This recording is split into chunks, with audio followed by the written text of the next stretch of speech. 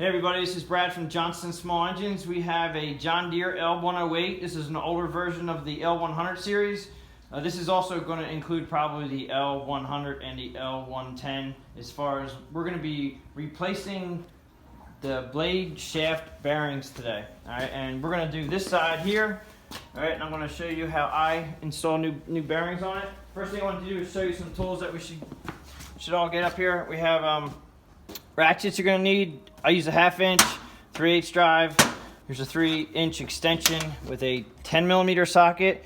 This is actually, I didn't write it down, but it's a 15mm socket for the blades bolts. And then as far as the nut on top for the pulley, you can either use a 22mm or a 7/8. I found that works. Breaker bar is also going to help you when the bolts are extremely stuck. A bar, actually this is a cheater bar we use in the shop here to help get things off. I use a circular file for what I'm going to show you. One of the there's a washer that goes on top of the shaft that actually gets rusted up, and that's good to sand that. 2 new bearings, a punch to get them out, a couple different kind of hammers. I want to show you a little trick you can use with a magnifying glass as far as the bearings go. And this here is basically, I'm going to hit this on top of the bearings. Okay, so when we put the bearings back in again, we want to make sure that we have something that is going to be able to hit the outside of the bearing. You do not want to press the inside of these bearings because you will ruin the bearings. You want to make sure that you have something that's on the outside of the bearing. I'm going to use that. And if you're real good, which I've been doing these a long time, you can hit the outside edge and that actually also help you. But do not hit the center of your bearings. You can actually ruin new bearings. The upper and lower bearings, I got 2 different part numbers for you here. GX20818 is the upper, and a GX21510. These are John Deere numbers that you can just call up the John Deere dealership. Or the trick that I'm going to show you, I might as well do it now since we're talking about it. If you use a magnifying glass, and if you get the old one out and you can salvage them and you can look at them, right on the edge, and it's really, you're not going to be able to see this on the film.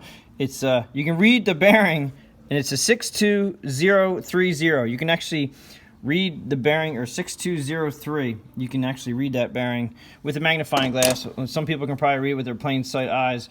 They had a couple different bearings for these mower decks. One has the steel on the one side, and on the other side it actually has a it's like a felt or just a plastic cover, and that's why there's 2 different bearings. You don't have to go with these 2 different ones. I'm just going to use the steel ones. I recommend putting a little bit of grease inside the hub, what we're going to get the bearings out of, so it'll help keep these lubricated. Even though they have that steel shield, they do get the grease will seep down in there. So with all these tools, we're going to have to pick the ones we need right now. We're going to take the top. We're going to take the top nut off the pulley, which I'm going to use the 7/8. It's just easier. 1/2 inch drive, ratchet, and we'll go get started on this. I did forget to mention one thing. We're going to use a 4x4 block. I use this for a lot of things. It's going to help me get this off. As far as getting this off right now, you have to take your belt off. Now, these are idler guides, okay? These idler guides usually use a 10mm socket and ratchet. That's what we use, the 3-inch extension with the 3/8 ratchet. And we're going to take them. You don't have to take them off, but you have to move them to the side.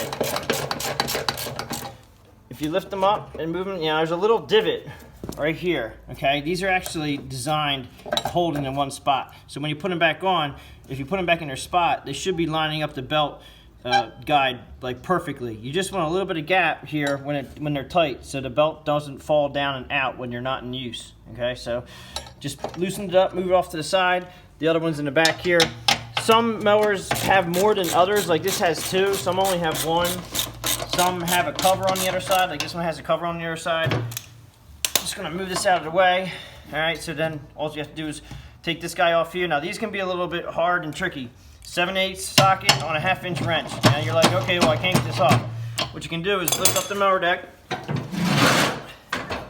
while the blade is still on, and you're gonna be going counterclockwise on this nut, so we want to hold the blade.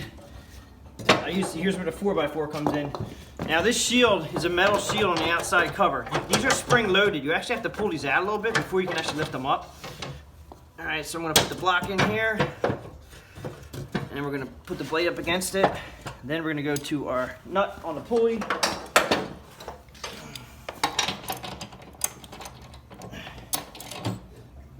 So I'm gonna get set up here. Alright, just counterclockwise. Now these are usually locked up all the way off. So they might be tight all the way off. This one wasn't so tight, but usually this is a lock nut. Alright, once you get that off. Now I use the 4x4 to put on the bottom of this, so when you're putting it back together again and you put the mower deck down, it actually will hold everything up in place. I also use it for that. I'm gonna turn the mower deck back over again. Now sometimes these get really stuck. I just recommend wiggle and jiggle side to side. Now this one was pretty loose. A lot of these get real stuck right here. If you have to, you can always put the nut on and then slap it with a hammer, but you gotta really be careful that you do not mess up the threads. I use a brass hammer a lot of times so these threads don't get messed up. Now this blade brake here has to be disengaged, so you can push it off to the side, which disengages that. Pull your pulley off. Then you have a collar. This collar has to come off. All right, it's a little circular collar right here, and this one here is stuck. They normally are, especially after years and years and years of use, and it needs to have the bearings on. This is where I'll put the whole deck up in the air a little bit on a piece of wood. You can use a 4x4. I'm going to use a 6x. Actually, before I do this, I'm going to take the blades off. I'm a little getting ahead of myself here. The blade nuts are 15 millimeter. I'm going to use a 1/2 inch drive again. Ratchet with a 15 millimeter on the end of it. And you hold them counterclockwise off. This guy's on there. Here we go with the putting the block in the way here, so the blade can hit the block. I usually use air tools. I'm trying to do this manually so everybody can see that it can be done. Once you get these loose, usually you can run them out. Sometimes they're pretty tight, and you can also, if you don't have these clean, you can round these. So make sure that you get this nice and clean. Use a wire brush and clean all the grass out from underneath here, because you can actually round off the bolt. Once you round the bolt, you're going to be in trouble. These are locking nuts on the back side of these, which are in the hub. So you really need to ratchet all the way out.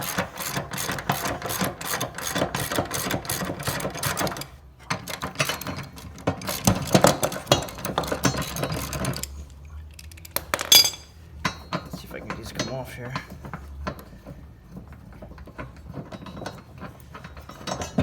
As I always say, don't lose all your parts. Just keep them down where you see them all. Okay, blades off.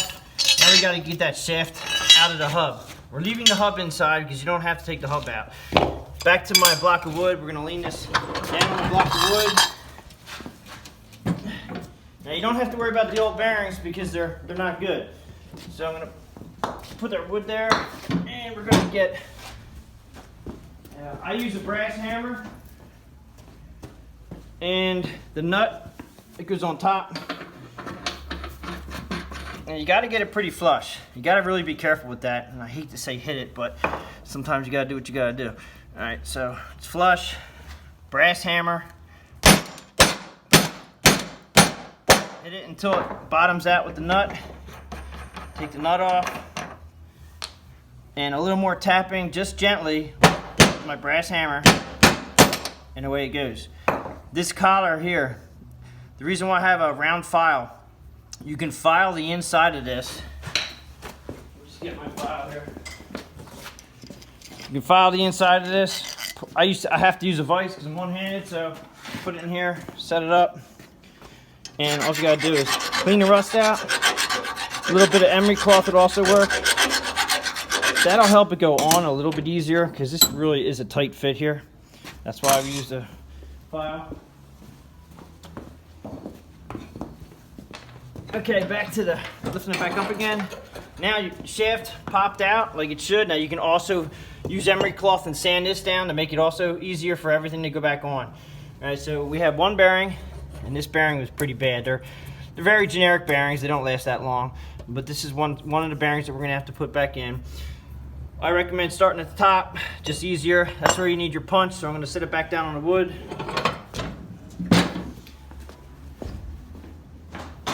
I have a homemade punch that I made out of a very long bolt. It's long enough for me to use to get down in here. Now there's a spacer in the hub.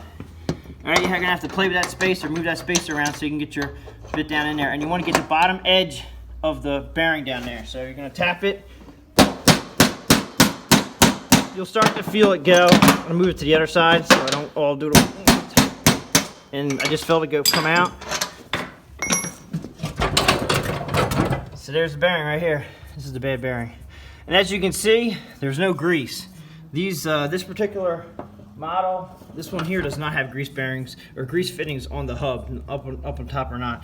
Now, it had a spacer that goes inside. All right, we're going to put that spacer in from the top with the new bearings. Now, getting the other one out, you have to turn the deck on the other side. And put a block of wood under there. In the same scenario, use your punch and beat it out. I like to have it a little straighter, but not being able to hold it with one hand. It's not as straight as I like you. So now we're empty. You can put the new bearing in. All right, so here's the new bearing. All right, now I'm gonna line it up nice and even there the best you can. Now I kind of cheat right here. I use the edges. Just tap it lightly.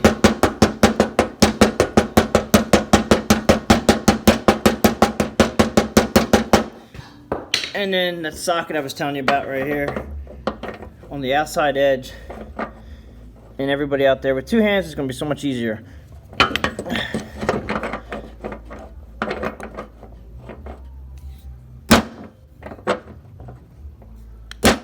Okay, so we have, it's recessed right there. Well, it has to be recessed. It's not right at the moment.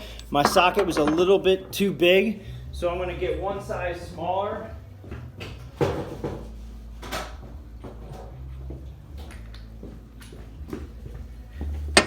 All right, now this one also just rests on the outside edge, just barely. That's the one I'm going to use.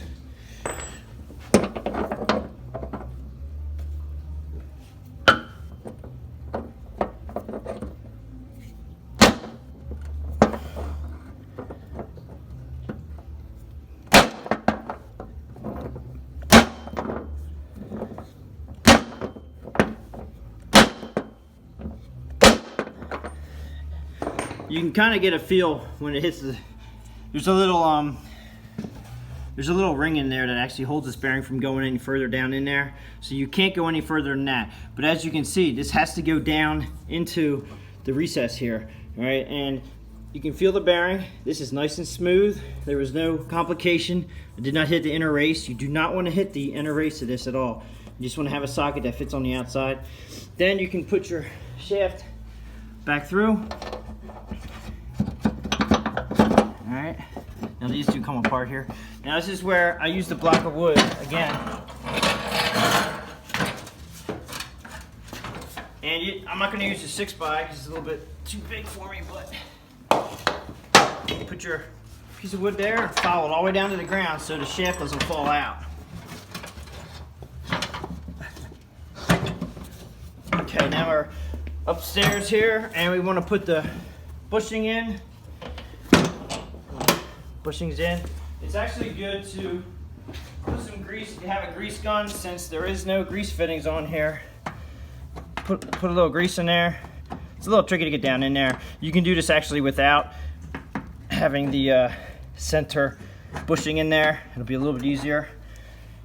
And I'm just gonna press down a new bearing. Now technically, this came from the factory without grease fittings. So technically, you don't need to put grease in here. I think it's an added plus to have some grease in there. And if you can fill up this cavity as much as you can, that's great. This grease is going to settle down and probably hit the bottom. That's where you want it the most. All right, so we have bearing on top is good. Probably going to need may need a deeper socket to go around the top of that with the shaft coming out. I'm going to take off my extension I had on there and just tap that down so it'll go over the shaft.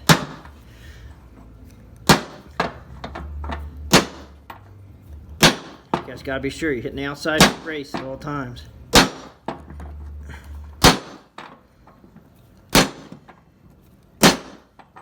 Takes a while sometimes. It's getting there. We're almost there. So we're good. Don't forget to put on your top collar. Okay, your top collar, as I said, the sand. Make sure you know which way it goes. Now, it's tight. It's definitely tight. And they are tight. See. Should have sanded that. I think it's going to be okay though. There's no, just make sure it's sitting facing up. I'm going to use the socket that I used. Pop it down on there. Just nice and gentle. It should go right down. Yep, we're all down. Now you have to make sure you put your belt on the right way. Make sure your belt comes straight across the backside here when you put your pulley on, because I've had a lot of people do it this way and they're like, what's wrong? Make sure your belt's going the right direction when you put the belt back on. You gotta move this brake out of the way once again. And it has a little, if you look at the pulley, it has like a little 1, 2, 3, 4, 5 star, like octagonish looking thing. It'll slide over the shaft. The shaft also has the same scenario, so it locks in. Some of these get rounded out pretty bad from people hitting things on their property, but this one's in good shape and it works. So then you want to get your bolt back on, or your nut back on, not the bolt. Now I tighten these by hand instead of using air, because you got to get a good feel and hopefully everything will spin fine. If it's too tight, you have to press them together. You're basically tightening everything up and then you're going to loosen it a tick. But that should be a locking nut right there. You can put your blade on if you want right now. Probably not a bad idea too, because it'll actually give you something to hold on to when you put it together. Like I said, these are, I use, definitely if you have any never sees, it's a good thing to use it. Okay, so you can buy never seize anywhere. I mean, this is just Permatex it's aluminum anti-seize lubricant. It'll really make it easier for everything to come off next time around. Just put a little bit on each one.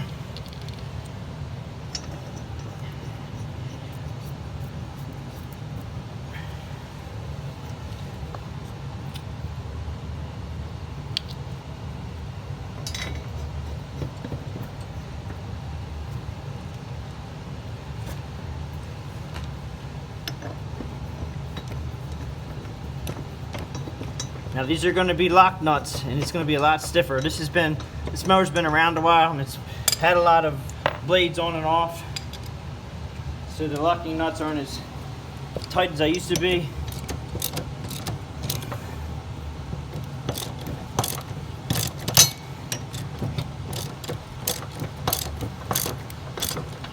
And I'm not used to using ratchets because I use air tools. I use this for everybody at home.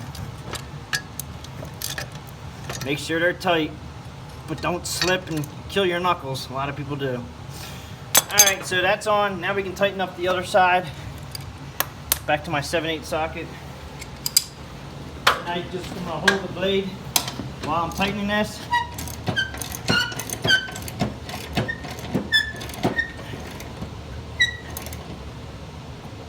Alright, now very snugged up right there. First thing I'm going to do is spin it and see how it sounds. You gotta take the blade brake off in the front here, and I just spin the blade. Oh, that sounds quieter than quiet. So nice, no sound at all.